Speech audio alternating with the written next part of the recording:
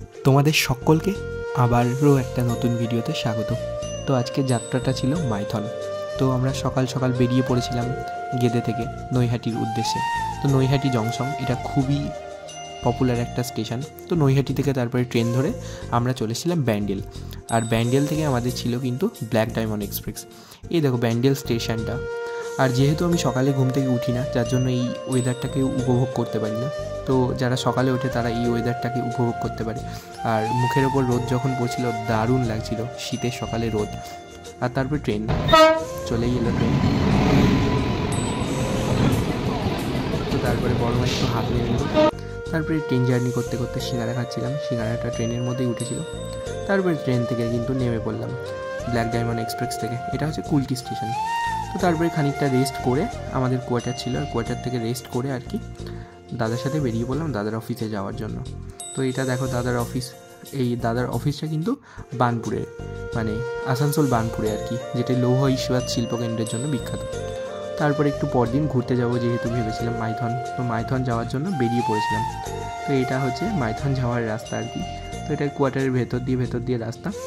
আর তারপরে চলেছিলাম হাইওয়েতে। আর এটা হচ্ছে বাজার। তো ওই বাজারের উপর দিয়ে এটা হচ্ছে মানে বরাকর বাজার। তো তারপরে ডেফিনেটলি আমরা মাইথন যাওয়ার জন্য এই শুরু হচ্ছে এখান থেকে মাইথন মানে যাওয়ার। এখান থেকেও কিছু কিছু সময় আর কি প্রচুর ভিড় হয়, মানে এতটাই গাড়ি জাম হয় যার জন্য তখন মানুষ মানে গাড়ি আর প্রশাসন নিয়ে যেতে দেয় না, তখন হেঁটে হেঁটেই যেতে হয়। এই যে এখান থেকে দেখতেই পাচ্ছ। আর 25শে ডিসেম্বর থেকে কিন্তু ভীষণই ভিড় হবে, মানে যেটা আর কি শুনছিলাম চারিদিকে যেতে যেতে। তারপরে আমরা চলে এসেছিলাম, যেহেতু দেখো আশেপাশে নদী দেখেই বুঝতে পারছো, ওই যে মানে ডিভিসি দেখাই যাচ্ছে, ওই দেখো পাশ দিয়ে নদী বয়ে গেছে দামোদর, যেটার বিপরীতে বাঁধ রয়েছে আর কি, ডিভিসি দামোদর ভ্যালি কর্পোরেশন, যেটা আমরা ছোটো থেকে বইয়েই পড়েছি।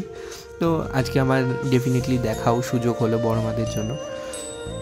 তো দেখো আর কি তোমাদের ভালোই লাগবে ভিডিওটা। আর এটা দেখো চামচ দ্বীপ। আর আমার ভিডিও করার একটাই উদ্দেশ্য, নিজের কিছু স্মৃতি নিজের কাছে রেখে দেওয়ার জন্য সারা জীবন, যাতে আমি পর মুহূর্তে কখনো আবার ভিডিওগুলোকে স্ক্রল করে সেই মুহূর্তগুলোর কথা সাক্ষী থাকতে পারি আর কি, যার জন্য ভিডিও করে রাখা, এছাড়া কিছুই না।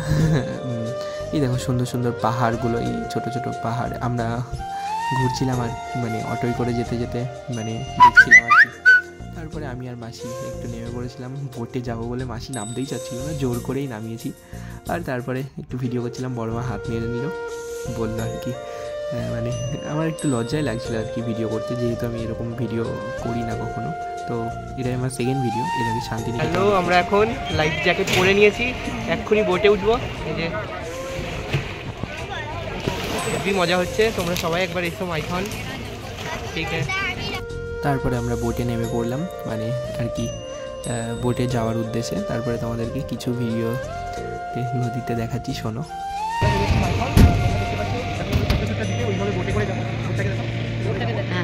সবাই মাইথন এইসব ভীষণ সুন্দর জায়গা, জানি না কতটা ভয়েস শোনা যাচ্ছে, কিন্তু তোমরা সকলে ভিডিওটা পুরো শেষ পর্যন্ত দেখবে, একটু বড় ভিডিও হবে, তোমরা সকলে দেখবে। টাটা পুরো দিকটাকে তোমাদের সুন্দর করে দেখো, কত সুন্দর বোটে করে সবাই আছে। আমরা এখন বোটে উঠে পড়েছি। এই দেখো এটা মাসি, এটা বড় মা।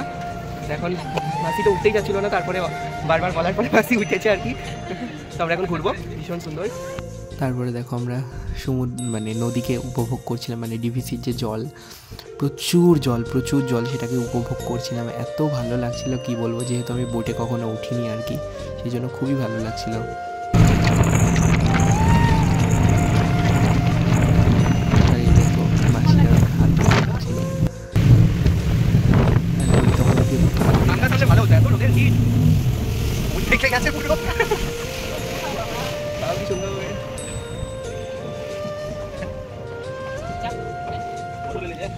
তারপরে এই দেখো এটা হচ্ছে চামচ দ্বীপ বলে, এটা এখানে খুবই সুন্দর একটা জায়গা আর কি। এটার নাম হচ্ছে চামচ দ্বীপ, যদি আমাদেরকে দ্বীপে দাঁড় করায়নি যদি। তো দেখো তারপরে আমাদেরকে ভিডিও করছিলাম, যেহেতু আমি প্রফেশনাল ভিডিওগ্রাফার নই, যার জন্য আমি ভিডিও ভালো করতে পারি। তারপরে আমরা একটা দ্বীপে চলে এসেছি, তো তোমাদেরকে দেখাচ্ছি। দ্বীপ থেকে নামছি, জল আছে, ভালো লাগছে একটু একটু। চলে এলো।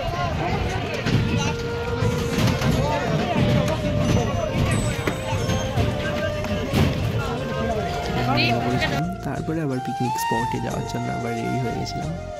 তো দেখো আমি আর বড় মা যাচ্ছিলাম আর কি, মাসির একটু পায়ে ব্যথা করছিলো যার জন্য অটোই চলে গেল আবার, যেহেতু আমরা অটো নিয়ে এসেছিলাম আর কি।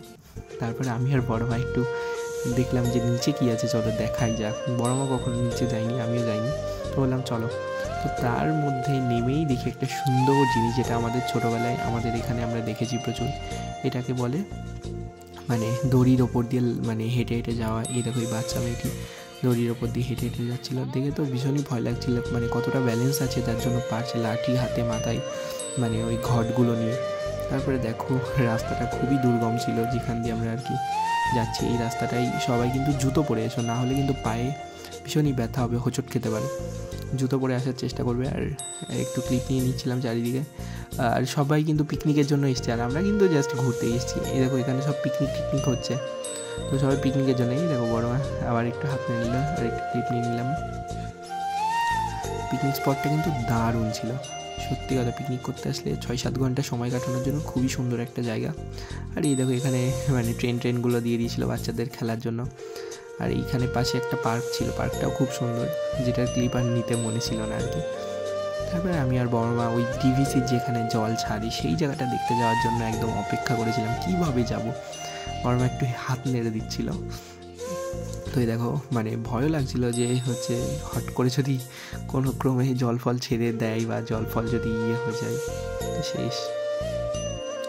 এই দেখো তারপরে এখানে যাওয়ার জন্য, এটা যেহেতু রেড জোন, এখানে যাওয়া নিষেধ, তবু আমরা যাবোই। আমরা সবসময় রাস্তাটা একটু কঠিন, একটু রুলস ভাঙতেই আর কি বেশি করি।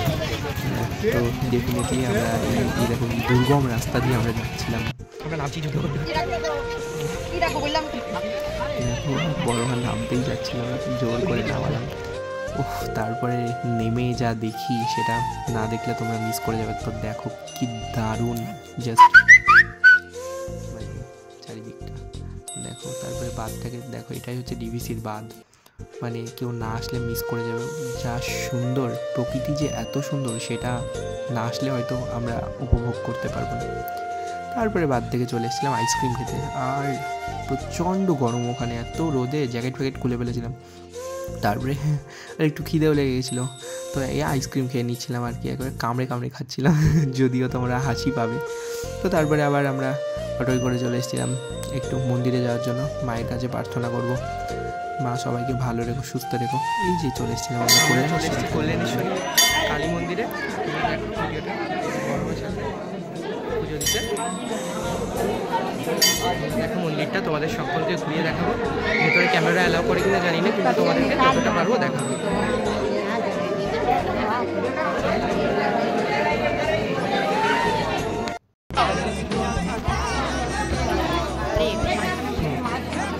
পুজো হয়ে গেল, তোমরা সবাই দেখো ভীষণ সুন্দরভাবে পুজো দিয়েছি। তারপরে পুরো ঘটনাটা তোমাদেরকে ভিডিওতে দেখাবো।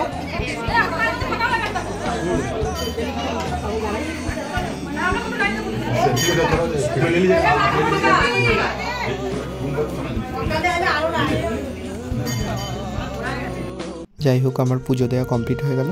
তো মায়ের কাছে সকলের জন্য এইটুকুই প্রার্থনা করি, সকলকে মা ভালো রাখুক, সুস্থ রাখুক, আর 2025টা সকলের ভালো যাক। আর তোমাদের যদি ভিডিওটা ভালো লেগে থাকে তাহলে একটু লাইক কমেন্ট করে দিও। আর দেখা হচ্ছে নেক্সট ভিডিওতে। ততক্ষণ নিজের খেয়াল রাখো, সুস্থ থেকো, ভালো থেকো, টাটা।